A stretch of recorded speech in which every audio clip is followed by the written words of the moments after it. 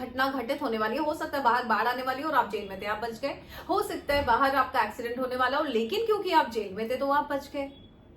क्यों खिलवाड़ करना है ऊपर वाले की लिखी डेस्टिनी के साथ, ये टोने टोटके करके लिए। और जब ऊपर वाला देने पे आए गई तो आप स्वर चेंज नहीं करेंगे, वक्त के अकॉर्डिंग आपका स्वर अपने आप चेंज हो जाएगा। और फिर स्वर विज्ञान का मैंने भी सोचा था स्वर विज्ञान, एंड देन मुझे लगा कि यार मैंने तो जीवन में कभी कोई स्वर विज्ञान की प्रैक्टिस नहीं की, मैंने तो कभी अपनी ये नाड़ी और ये नाड़ी नहीं देखी, फिर भी जीवन इतना अच्छा चल रहा है। अगर ये सांसें ही नहीं है तो कौन सी परेशानी।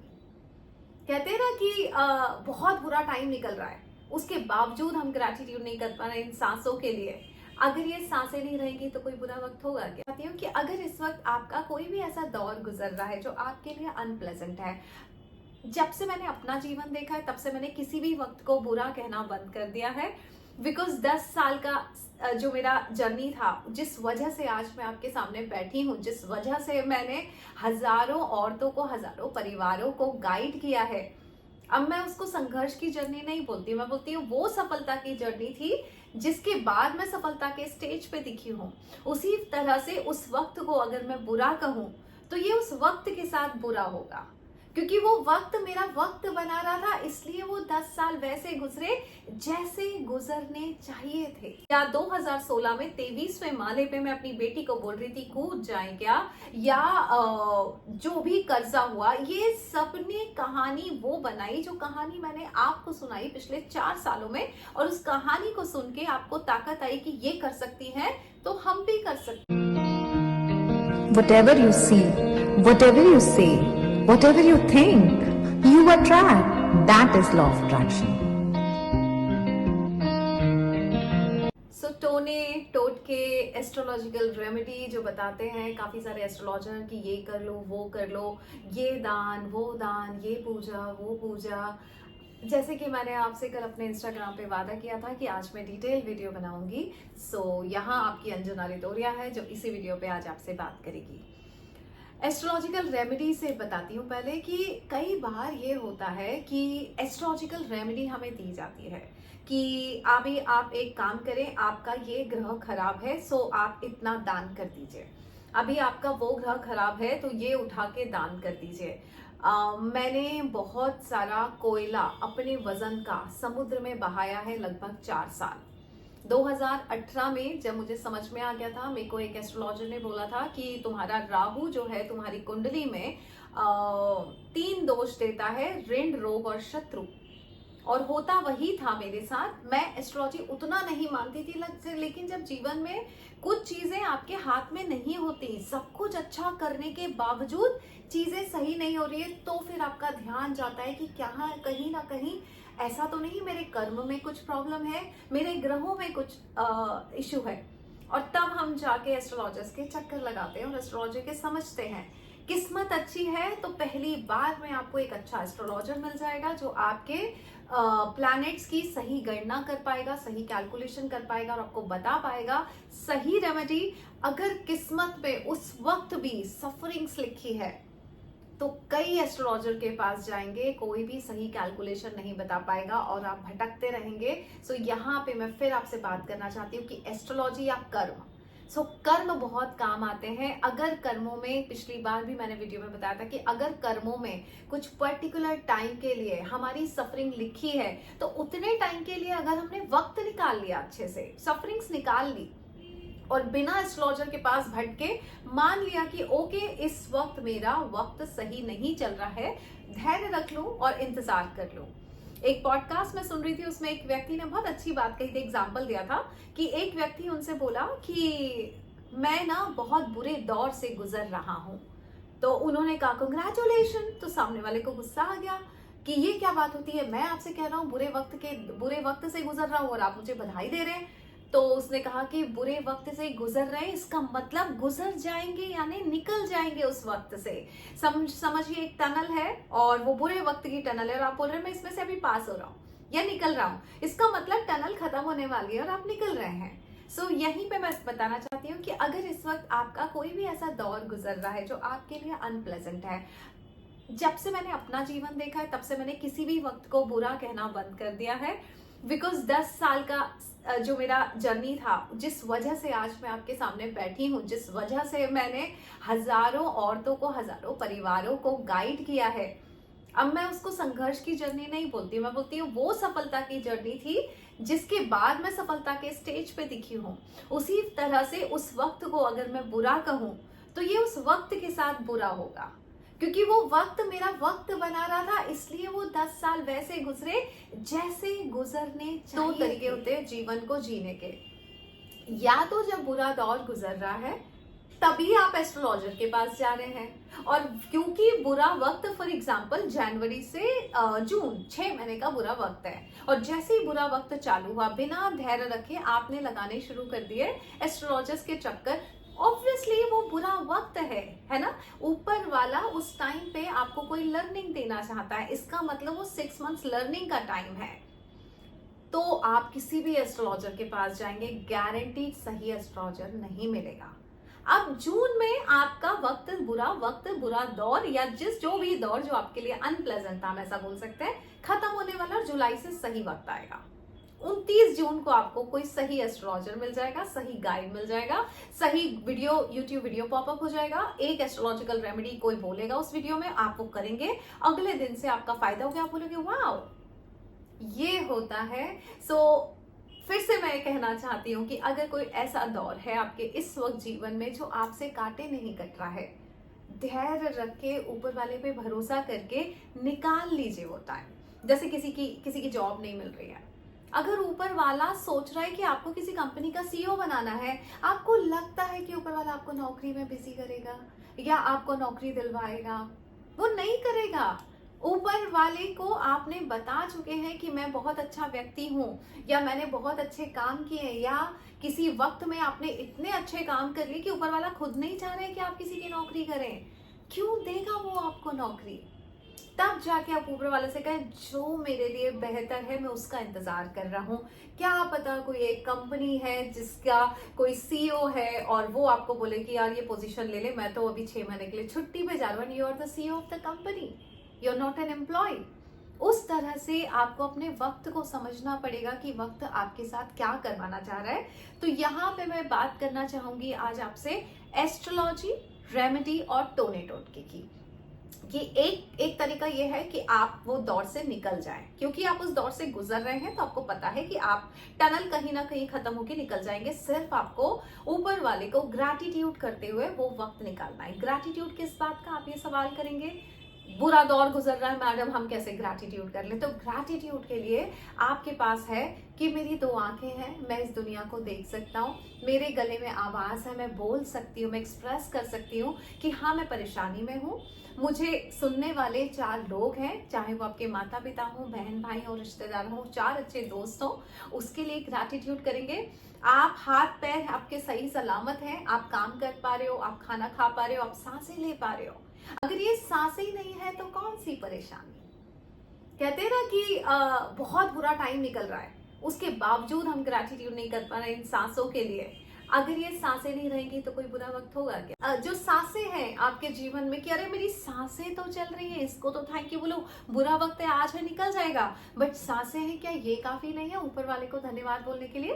तो अगर आपका इस वक्त टाइम ऐसा नहीं चल रहा है जो आपको प्लेजेंट नहीं लग रहा है, तो आप क्या करें, सबसे पहले ग्रैटिट्यूड शुरू कर लें। Thank you so much, thank you so much ऊपर वाले को करें कि आप ऊपर वाले से बात करें, क्या आप मेरी टेस्टिंग ले रहे हो? क्योंकि मुझे ऐसा लग रहा है कि आप मेरी टेस्टिंग ले रहे हो, और अगर टेस्टिंग ले रहे हो इसका मतलब यह है कि ऊपर वाले की आप पे नजर है।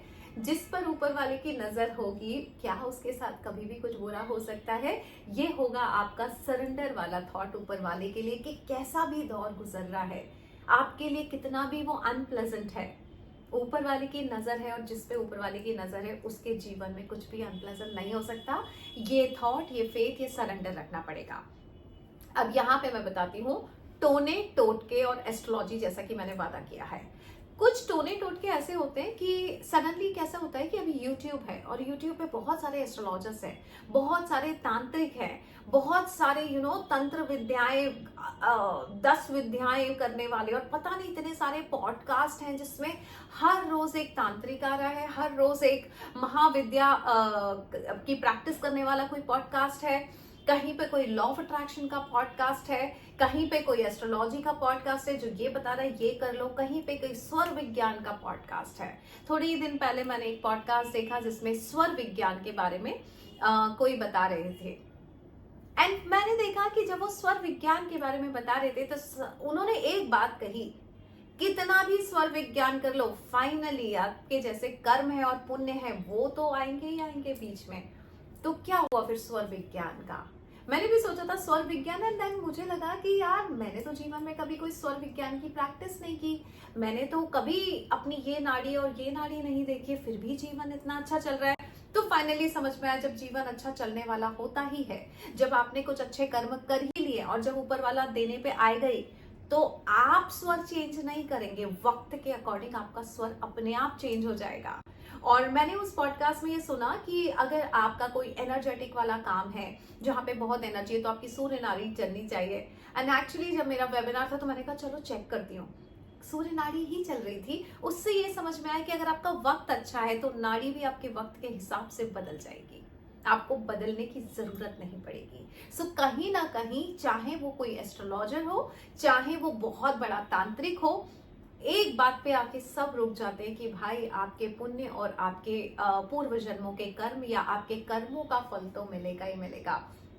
अगर आपके बैंक बैलेंस में कुछ है ही नहीं तो ऊपर वाला आपको क्या देगा, है ना। सो कर्मों का बैंक बैलेंस बढ़ाना है, जिससे ऊपर वाला बोले अच्छा ये मांग रहा है तो चलो इसने ये किया हुआ है तो इसके बदले में हम ये दे देते हैं, है ना। अब रही बात टोने टोटके की, तो कैसे होता है ना कि मैं अपना अनुभव बताती हूँ आपको। जब 10 सालों में मुझसे कई एस्ट्रोलॉजर, क्योंकि वो 10 साल देखिए मेरा वैसा ही गुजरना चाहिए था, क्योंकि सक्सेस की कहानी बन रही थी मेरी, क्योंकि वो कहानियों में जब मेरे मकान मालिक ने मुझे घर से निकाला और मैं अपनी 8 साल की बच्ची के साथ रोड पे खड़ी थी रात के 2 बजे, या 2016 में 23वें माले पे मैं अपनी बेटी को बोल रही थी कूद जाए क्या, या जो भी कर्जा हुआ, ये सबने कहानी वो बनाई जो कहानी मैंने आपको सुनाई पिछले 4 सालों में। और उस कहानी को सुन के आपको ताकत आई कि ये कर सकती है तो हम भी कर सकते हैं।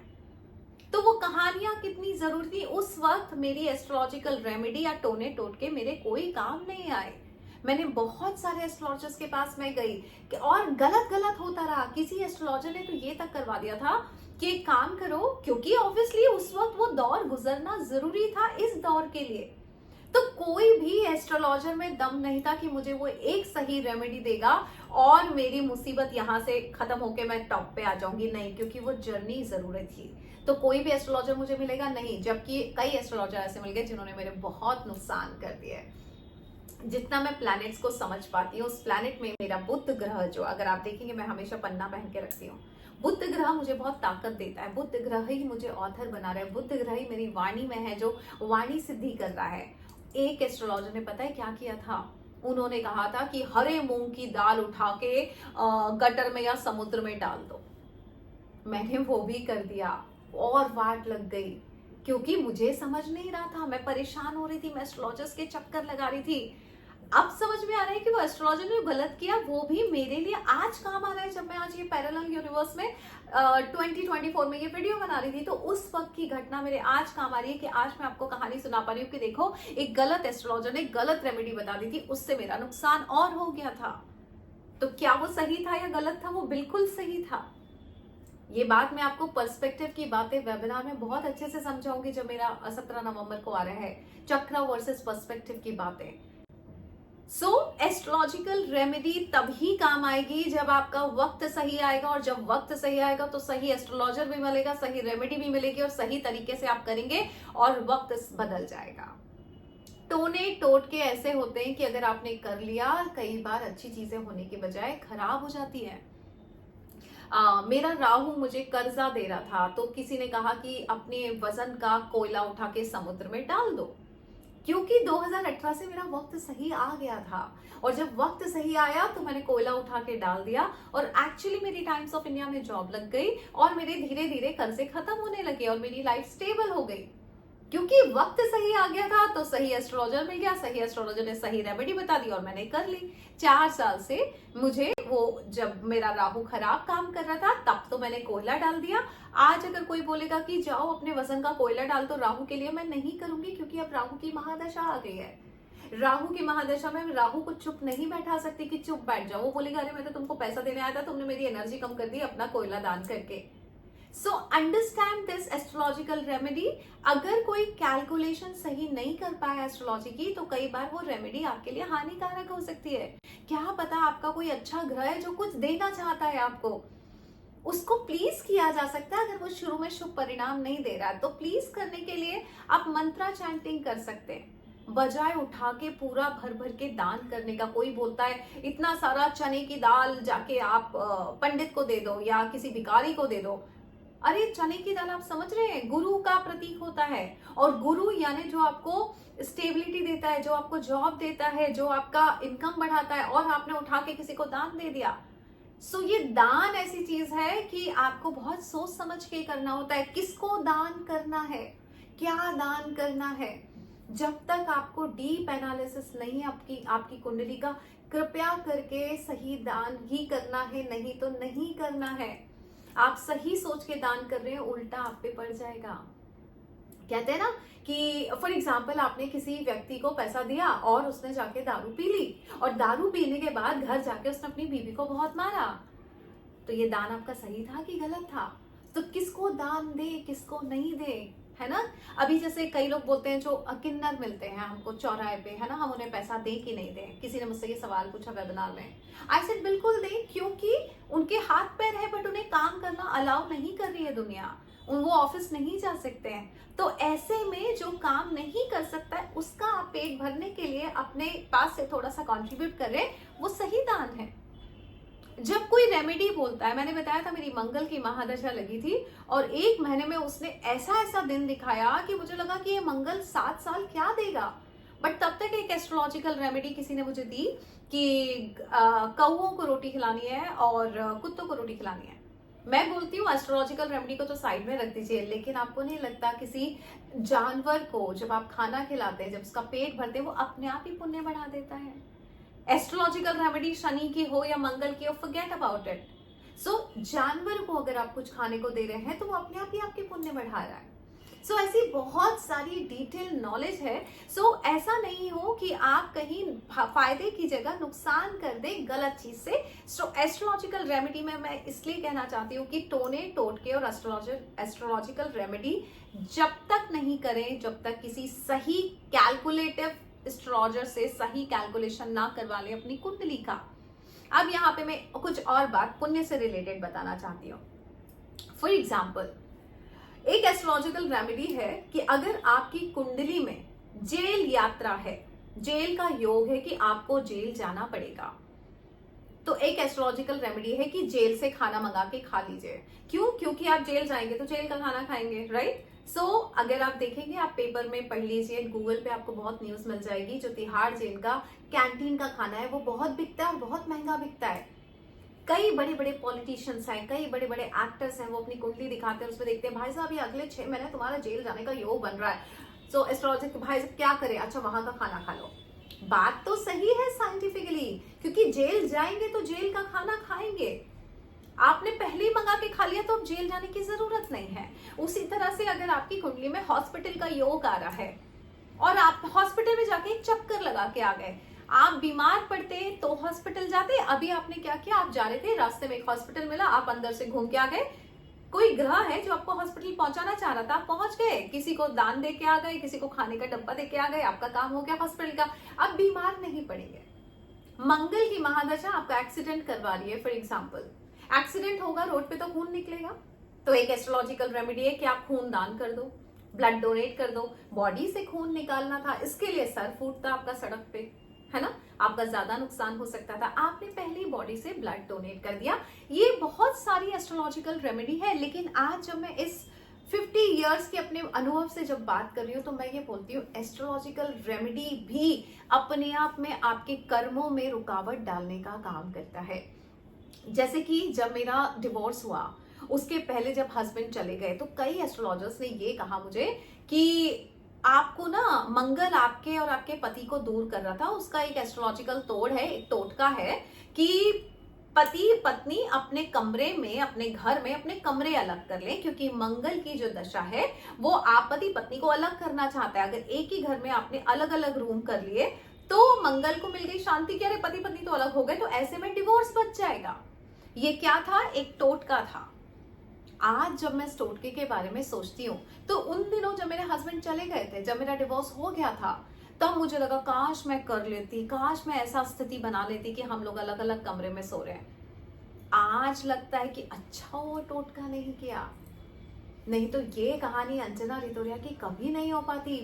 कि इसका मतलब पूर्व जन्म की वजह से आपके कुछ कर्म है जो उस तरीके से होने, जिसलिए उसका पति का जाना जरूरी था, और पति के जाने को मैं रोक लेती एक टोटका करके, क्या वो सही होता? उसी तरह से फिर कहना चाह रही हूं, अगर आपकी कुंडली में जेल की यात्रा लिखी है या जेल जाने का योग लिखा है, ये तो कुंडली में लिखा हुआ है, कुंडली में लिखा हुआ है, इसका मतलब कुंडली क्या होती है, आप किन नक्षत्रों में पैदा हो रहे हैं, किस घड़ी में पैदा हो रहे हैं, उस वक्त क्या प्लैनेटरी पोजीशन है, और आपके जन्म का समय ही ऊपर वाला तय करता है, क्योंकि वो आपके पूर्व जन्म का हिसाब किताब लेके बैठता है। अच्छा इसने ये किया है, एक काम करो, इसको ना 5 तारीख को पैदा करते हैं, 23 सितंबर को, और 5 तारीख के लोग बड़े लकी होते हैं, न्यूमरोलॉजिस्ट से पूछ लेना, तो इसको 5 तारीख को ही पैदा किया जाएगा, जिससे ये बहुत लकी निकले। ये मेरे पूर्व जन्मों का फल था, जिसकी वजह से मुझे एक पर्टिकुलर डेट पे पैदा किया गया। उसी तरह से अगर आपके पूर्व जन्म के फल की वजह से आपको 6 महीने जेल में रुकना है और आप उसमें तोड़ लगा दिए, तिहाड़ जेल से आपको क्या लगता है वो दूसरे तरीके से बाहर नहीं आएगा? अब मालूम पड़ा आपने अपने आप को जेल जाने से तो रोक लिया, ऊपर वाला ये चाहता था कि 6 महीने जब आप जेल में रहे तब आप बाहर की किसी भी क्लाइमेटरी पोजीशन से या कोई भी घटना घटित होने वाली हो सकता है बाहर बाढ़ आने वाली हो और आप जेल में थे, आप बच गए, हो सकता है बाहर आपका एक्सीडेंट होने वाला हो, लेकिन क्योंकि आप जेल में थे तो आप बच गए। क्यों खिलवाड़ करना है ऊपर वाले की लिखी डेस्टिनी के साथ ये टोने टोटके करके? आपका वो हो सकता है 6 महीने का जेल यात्रा जो है, माना कि आप वहां रहेंगे, लेकिन क्या पता बाहर क्या क्या घटनाएं घटित होनी होगी जो आपका ज्यादा नुकसान कर सकता है, इसलिए जेल में डाल दिया। दैट इज व्हाट पर्सपेक्टिव है, जो मैं आपको समझाना चाहती हूँ, जिसका मेरा वेबिनार आ रहा है 17 नवंबर को, मैं बहुत अच्छे से समझा पाऊंगी। एस्ट्रोलॉजिकल रेमेडी, अगर आप बहुत ही सादा, सच्चा और अच्छा जीवन जीना चाहते हैं तो या तो किसी अच्छे एस्ट्रोलॉजर से कैलकुलेशन करवाइए और फिर देखिए क्या है, बट मैं ये चाहूंगी कि टोने टोटके और एस्ट्रोलॉजिकल रेमेडी करने की बजाय आप भगवान के भक्त बन जाए। क्योंकि आज ही मैं किसी से बात कर रही थी और उसने बताया कि मुझे ये कहा गया है कि बहुत सारी मसूर की दाल मुझे दान करनी अपने वजन का उठा के। तो मैंने उसको बोला बेटा अगर मंगल तुमको इतना सा भी देने आने वाला होगा, प्रॉपर्टी में फायदा, तो मालूम पड़ा तुम अभी तो डर रही हो मंगल की दशा से कि यार मंगल का कुछ गड़बड़ चल रहा है, लेकिन क्या पता वो प्रॉपर्टी में फायदा दे सकता है, लेकिन उससे ठंडा कर दिया तुमने उसका दान करके। बेस्ट तरीका फिर मैंने उसको बताया कि कुछ नहीं, मंगल से फायदा उठाना है, कितना भी बुरा मंगल हो आप हनुमान जी के पास चले जाओ। शनि खराब है कुंडली में, शनि की 7.5 बता रही हूं मैं आपको, शनि की 7.5 इतनी बुरी होती है कि लोग डर जाते हैं उसके आने से पहले, और जब वो आती है और जाती है तब तक बहुत वाट लगा के जाती है। मेरी भी आई थी शनि की 7.5 2014 में, बट मैंने क्या किया, मैंने सिर्फ हनुमान जी के चक्कर लगाने शुरू कर दिए, क्योंकि ये कहावत नहीं कहानी है कि हनुमान जी को शनि ने कहा था कि जो भी तुम्हें पूजेगा मैं उस पर हावी नहीं होऊंगा। तो मैंने क्या किया, जैसे ही शनि की 7.5 लगी मैं हनुमान मंदिर में जाके तेल और सिंदूर चढ़ाने लग गई। उसकी वजह से शनि मेरा कुछ नहीं बिगाड़ा, और 2014 में शनि की 7.5 शुरू हुई थी सितंबर में, 2021 में खत्म हुई, और आप सब जानते हैं कि शनि ने मुझे रंक से राजा बना के गया है।